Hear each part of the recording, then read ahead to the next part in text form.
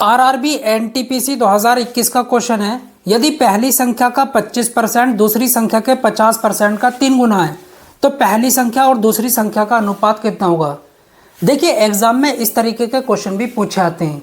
मैं मान लेता हूं पहली संख्या ए है और दूसरी संख्या बी है, तो पहली संख्या का 25%, पहली संख्या का 25%, ओके, तो 25% को इस तरीके से लिख सकता हूं, परसेंट का साइन हटाऊंगा, नीचे 100 लिखूंगा, इज इक्वल टू बराबर है ये दूसरी संख्या के 50%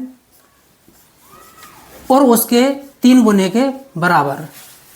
ये जो है पहली संख्या का 25%, दूसरी संख्या का 50% और उसका 3 गुना उसके बराबर है, तो इससे ये कट गया, 25 दूनी 50, तो यहाँ पर आया a इज इक्वल टू 2 तिया 6 b, तो a के नीचे b आएगा इज इक्वल टू 6 के नीचे 1 लिख दो, कोई फर्क नहीं पड़ता।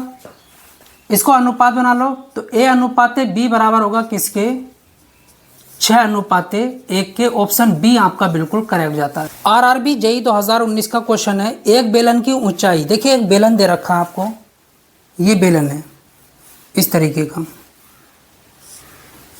इसकी ऊंचाई h है, उसके आधार की परिधि, देखिए इसको सामने से देखेंगे, जैसा कोई पाइप हो तो सामने से कैसे दिखाई पड़ेगा, इस तरीके से, ओके। तो ये क्या हुआ, एक सर्कल, इसकी परिधि क्या होगी 2 पाई r पेरीमीटर, ओके, 2 पाई r सामने से इस तरीके का दिखाई पड़ेगा। यह कहता है एक बेलन की ऊंचाई h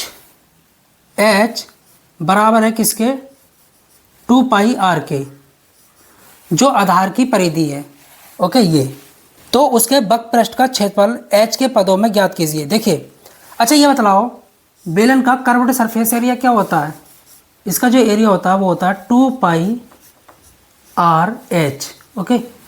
2 पाई r की वैल्यू दे रखी है h, तो यहाँ पर h मल्टीप्लाई h क्या हुआ, एरिया किसके पदों में आया, h के पदों में h स्क्वायर, तो ऑप्शन यहाँ पर डी बिल्कुल करेक्ट जाता है। आरआरबी ग्रुप डी 2022 का क्वेश्चन है, 3 संख्याओं का अनुपात दे रखा है, आपको अनुपात दे रखा है क्या, 3 संख्याओं का 4 अनुपाते 5 अनुपाते कितना 7, ओके। चलिए इनको अलग अलग करके लिखते हैं, कैसे लिखेंगे, 4x 5x, आपको पीछे मल्टीप्लाई में कोई एक वेरिएबल मानना पड़ेगा, 7x, इस तरीके से। ऐसे नहीं लिख सकते क्या 4x 5 इस तरीके से, नहीं, अलग अलग नहीं। ये कहता है एलसीएम दे रखा है कितना, इन संख्याओं का 5600, तो उनका महत्तम समापवर्तक क्या होगा, बहुत आसान है। इन संख्याओं का एलसीएम निकालेंगे, लीस्ट कॉमन मल्टीपल। देखिए लीस्ट कॉमन मल्टीपल का मतलब है वो छोटे से छोटा नंबर जो इन सबसे कट सके, तो एलसीएम ध्यान से सुनना कैसे निकालेंगे, 4 सब में नहीं है, एक बार लिखेंगे, गुणा x सब में तो एक बार लिखेंगे, 5 एक बार, 7 एक बार, कितना आया 7 पंजे 35, 35 चौक कितना होता है 140 x, और एलसीएम आपको एक्चुअल में दे रखा है कितना 5600, ये आपको दे रखा है, ओके। तो 0 से 0, तो x की वैल्यू कितनी आ गई 40। अब ये कहता है एचसीएफ ज्ञात करो, इन संख्याओं का एचसीएफ क्या होगा, एचसीएफ क्या होता है हाईएस्ट कॉमन फैक्टर, एचसीएफ वो बड़ी से बड़ी संख्या जो इन सब में कॉमन हो, क्या है कॉमन, x, एचसीएफ पूछा है, तो x की वैल्यू कितनी है 40, तो एचसीएफ क्या होगा 40, ऑप्शन आपका ए बिल्कुल करेक्ट जाता है। गोविंद, रहीम और सुधीर नामक 3 व्यक्ति एक कार्य को क्रम से 8, 12, 15 दिनों में पूरा कर सकते हैं। यदि वे एक साथ मिलकर कार्य करते हैं तो उस कार्य को कितने दिनों में पूरा कर लेंगे। बहुत आसान क्वेश्चन। देखिए यहाँ पर 3 व्यक्ति हैं, गोविंद, रहीम और सुधीर, ओके। गोविंद उस कार्य को 8 दिन में पूरा कर सकता है, रहीम उस कार्य को 12 दिन में पूरा कर सकता है और सुधीर उस कार्य को 15 दिन में पूरा कर सकता है।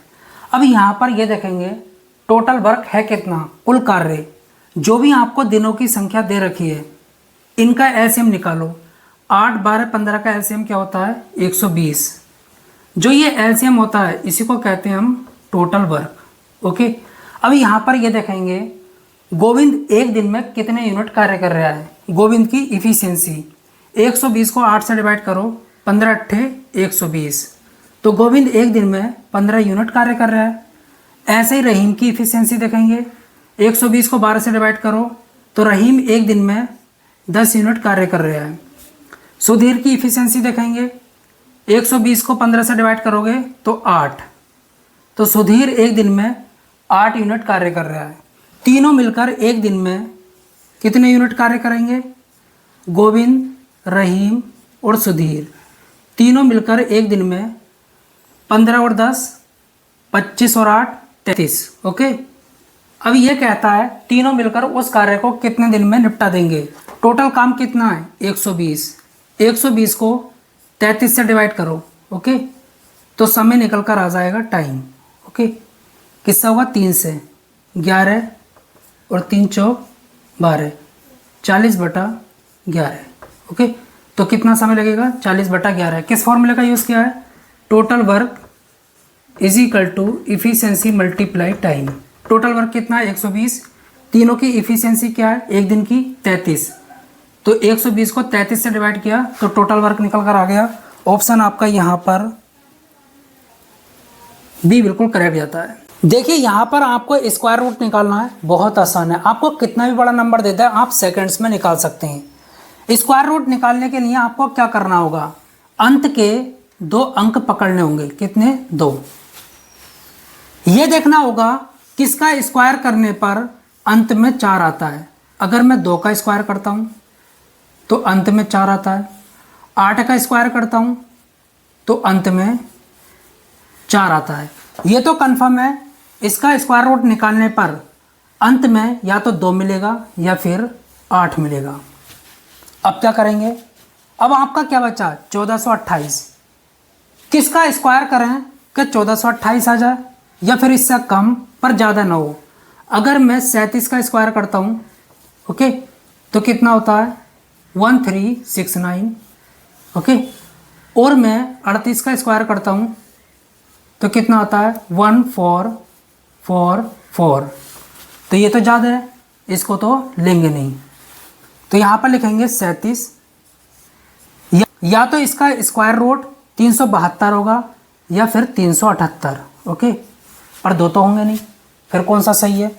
अब ये बतलाओ 1428 इसके पास का है या इसके पास का है, इसके ज़्यादा नज़दीक है, बड़े नंबर के ज़्यादा नज़दीक है, तो बड़ा वाला ही आपका आंसर है। ऑप्शन आपका यहाँ पर सी बिल्कुल करेक्ट जाता है।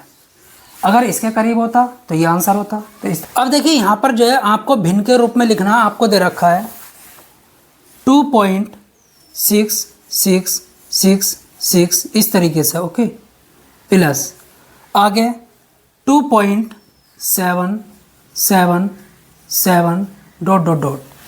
देखिए इसको किस तरीके से लिख सकते हैं, 2.6 के ऊपर बार, बार का मतलब होता है रिपीटिंग, प्लस इसको 2.7 के ऊपर बार।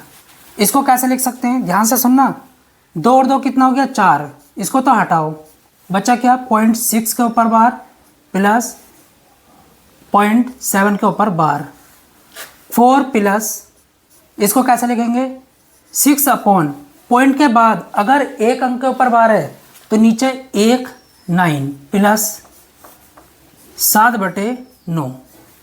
चलिए करते हैं इसको, यहाँ पर लिखेंगे 4 प्लस 7 6 कितना होता है 7 6 13, 13/9, 9 चौक 36 और 13 कितना होता है 36 और 13 कितना होता है 49। ओके, तो 49/9 कौन सा ऑप्शन सही है, ऑप्शन आपका डी बिल्कुल करेक्ट है। आरआरबी ग्रुप डी 2018 का क्वेश्चन है, बहुभुज के सभी आंतरिक कोणों का योग 1260 है, बहुभुज की भुजाओं की संख्या कितनी होगी। देखिए कोई भी बहुभुज है, कोई भी पॉलीगन है, उसके आंतरिक कोणों का योग किस फॉर्मूले के थ्रू निकलता है, n-2, ओके, गुणा में कितना 180, और इसकी वैल्यू दे रखी है, योग निकालने का फॉर्मूला है ये, इसकी वैल्यू दे रखी है आपको यहाँ पर 1260। n क्या होता है, नंबर ऑफ साइड, भुजाओं की संख्या। देखिए मानकर चलो ये है आपके पास एक ट्राइंगल, ये क्या है, पॉलीगन, 1 2 3, 3 साइड है, तो इसके आंतरिक कोणों का योग कितना होगा, 3 - 2 कितना होता है 1, 1 की गुणा 180 से करोगे तो 180, इस तरीके से। चलिए 0 से 0, 18 सत्ते, तो n-2 = 7, तो इस पॉलीगन में कितनी भुजाएं होंगी, 9। ऑप्शन आपका यहाँ पर ए बिल्कुल करेक्ट जाता है। राकेश, महेश और पुनीश मिलकर 20 मिनट में एक कुर्सी बना लेते हैं। राकेश और महेश मिलकर इसे 25 मिनट में बना सकते हैं। पुनीश को अकेले उस कुर्सी को बनाने में कितना समय लगेगा। देखिए बहुत आसान क्वेश्चन। पहले राकेश, महेश और पुनीश ये तीनों मिलकर उस कुर्सी को 20 मिनट में बना सकते हैं। आगे क्या कहता है, राकेश और महेश ये दोनों मिलकर उस कुर्सी को 25 मिनट में बना लेते हैं। अब यहाँ पर ये देख लेते हैं कितने यूनिट कार्य है। जो भी आपको मिनट दे रखे हैं, 20 और 25 का एलसीएम क्या होता है, 100। जो ये एलसीएम आता है इसी को कहते हैं हम टोटल वर्क। ओके, 100 यूनिट कार्य है। अब हम ये देखेंगे ये तीनों मिलकर 1 मिनट में कितने यूनिट कार्य कर रहे हैं। 100 को 20 से डिवाइड करो, 5। ये तीनों मिलकर 1 मिनट में 5 यूनिट कार्य कर रहे हैं। ये दोनों मिलकर 1 मिनट में कितने यूनिट कार्य कर रहे हैं। 100 को 25 से डिवाइड करो, कितना आएगा, 4। ओके, अब हमको ये निकालना है पुनीत अकेले उस कुर्सी को कितने समय में बना लेगा। चलिए बहुत आसान है। ये दोनों मिलकर 1 मिनट में 4 यूनिट कार्य कर रहे हैं, तो यहाँ पर कितना आया, 4 इन दोनों का। ये तीनों मिलकर 1 मिनट में 5 यूनिट कार्य कर रहे हैं, तो इसकी इफिशियंसी क्या है, 1। अब फॉर्मूला होता है total work = efficiency multiply time. Okay, total work कितना है, 100 = पुनीत की इफिशियंसी क्या है, 1 × T। तो यहाँ पर जो है पुनीत उस कुर्सी को 100 मिनट में बना लेगा। ऑप्शन आपका यहाँ पर ए बिल्कुल करेक्ट जाता है।